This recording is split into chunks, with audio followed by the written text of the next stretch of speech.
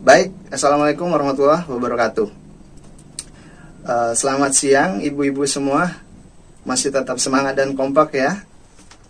Dan tentu harus selalu sehat di di situasi COVID-19 ini ya. Terima kasih kepada ibu-ibu yang sudah memakai peralatan kesehatannya, baik itu masker. Kita sebelum melakukan pertemuan kelompok juga kita bersama-sama melakukan cuci tangan pakai sabun. Terima kasih. Baik, pada pertemuan ini kita sudah memasuki pada modul 4, yakni modul perlindungan anak. Dan di pertemuan kali ini kita sudah memasuki pada langkah ke-6, yaitu adalah cara pencegahan kekerasan di keluarga dan masyarakat terkait dengan perlindungan anak ini. Nah, namun sebelum kita bahas lebih lanjut, saya akan mengajak ibu-ibu sekalian untuk membaca sebuah cerita, mencermati sebuah cerita ya. Ini berjudul Cerita Anak Tidak Mau Sekolah. Silakan didengarkan, nanti kita lihat saripati dari cerita ini. Baik, kita akan mulai. Cerita Anak Tidak Mau Sekolah. Kisah ini bercerita tentang seorang anak kelas 1 SD yang tidak mau berangkat ke sekolah. Dia bernama Nina, anak dari Ibu Eda. Ada di sini yang namanya Ibu Eda? Tidak ada ya? Oke. Suatu hari, Nina menangis terseduh-seduh di depan rumahnya karena tidak mau berangkat sekolah. Di saat Nina sedang menangis, seorang ibu bernama Ibu Ati. Nah, kalau Ibu Ati ada ya? Oke. Ibu Ati ya. Oke, kita lagi. Di saat Nina sedang menangis, seorang ibu bernama Ibu Ati bersama anaknya berjalan melewati dan menghampiri Nina. Sebagai tetangga, Ibu Ati berusaha menenangkan Nina dan mengajak Nina pergi sekolah bersamanya. Namun, di saat Ibu Ati sedang berusaha mendiamkan tangisan Nina, tiba-tiba Ibu Edah, ibu dari Nina tadi, keluar dari rumahnya dengan wajah marah. Ibu Edah memang tampaknya tidak terima dengan sikap Ibu Ati. Dia marah-marah pada Ibu Ati. Ibu Edah menganggap perbuatan Ibu Ati tersebut telah ikut campur dalam urusan keluarganya. Sebuah kata yang pedas meluncur dari mulut Ibu Edah. "Hei, Bu Ati, ngapain sih ngurusin urusan anak orang? Urus saja anak ibu sendiri." Ibu Edah pun segera menarik Nina masuk ke dalam rumahnya dengan terus memarahi anaknya tersebut.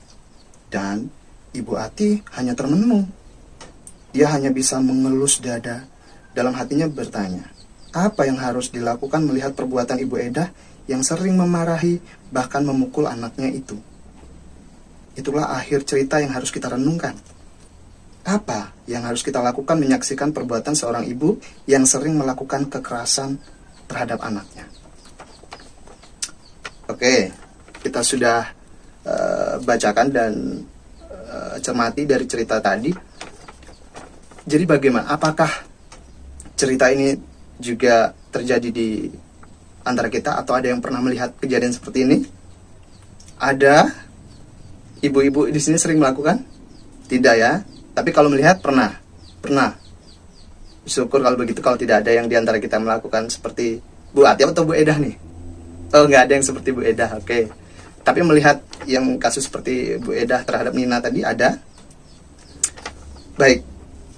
Kita akan bahas ini bersama-sama, kita diskusikan bersama terkait cerita anak tidak mau sekolah tadi ya. Tokoh utamanya adalah Nina.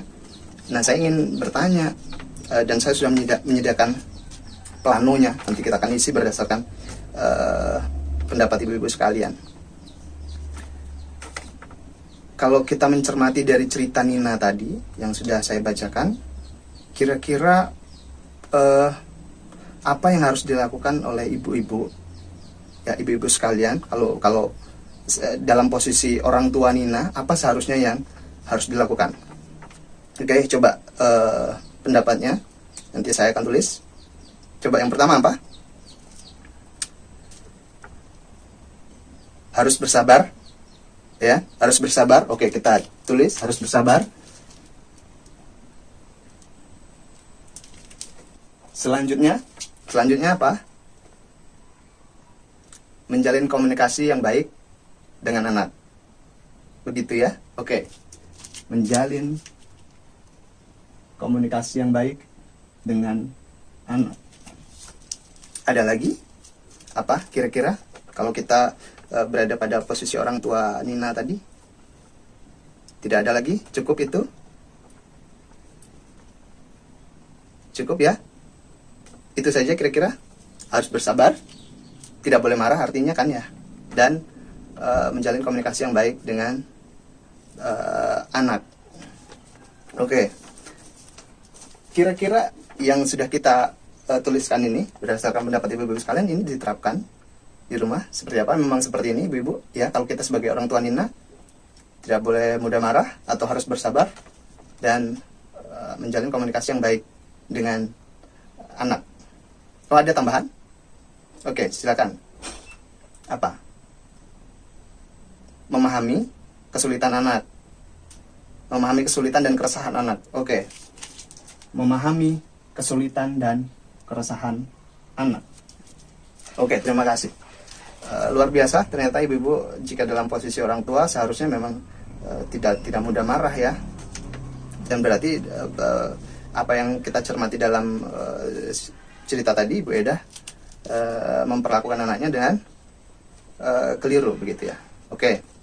Sekarang saya ingin bertanya kembali pada ibu-ibu, bagaimana jika kemudian posisi kita sebagai anggota masyarakat dalam entitas budaya masyarakat melihat salah seorang misalnya ada yang melakukan tindak kekerasan atau kalau dalam kasus tadi, kasus Nina tadi, memarahi anaknya. Ayo, dalam kita sebagai anggota masyarakat apa yang perlu kita lakukan? Ayo. Oke, kalau melihat kejadian tersebut, kita tolong dan amankan anak tersebut. Gitu ya, berarti Bu Ati tadi sebenarnya sudah dalam posisi yang tepat, begitu. Oke? Itu pertama, kita sepakati. Oke. Jika melihat kejadian kekerasan, ya, kita tolong dan apa? Diamankan. Ya, maksudnya anak tersebut yang kita amankan. Oke. Kemudian yang kedua ada lagi terkait itu.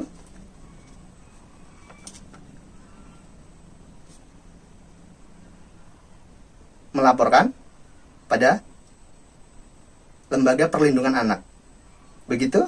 Oke, kita tulis ya.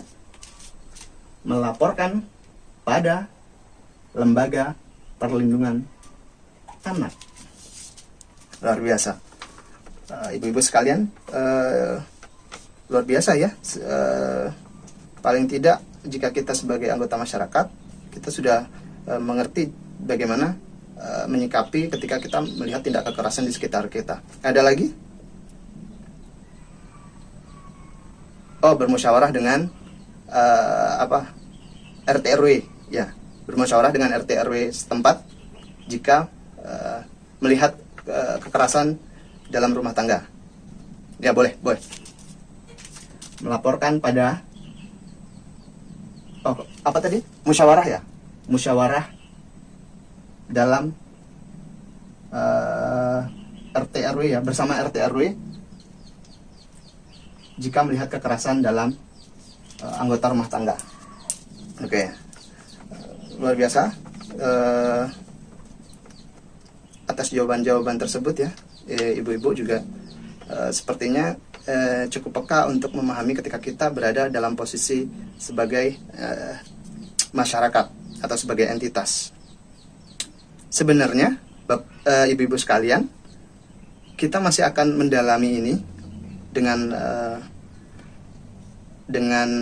sebuah atau dua buah film nantinya, itu tentang kisah si Aska dan kisah si Geni.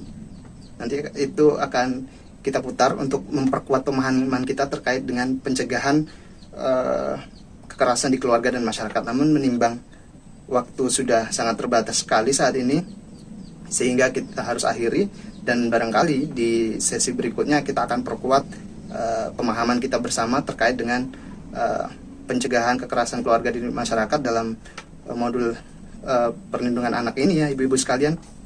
Jadi karena ini kajiannya sangat menarik, saya harapkan pada sesi selanjutnya kita akan perkuat dengan film kisah si Aska dan si Geni ini. Mudah-mudahan ibu-ibu tetap antusias dan kita ikuti bersama ya.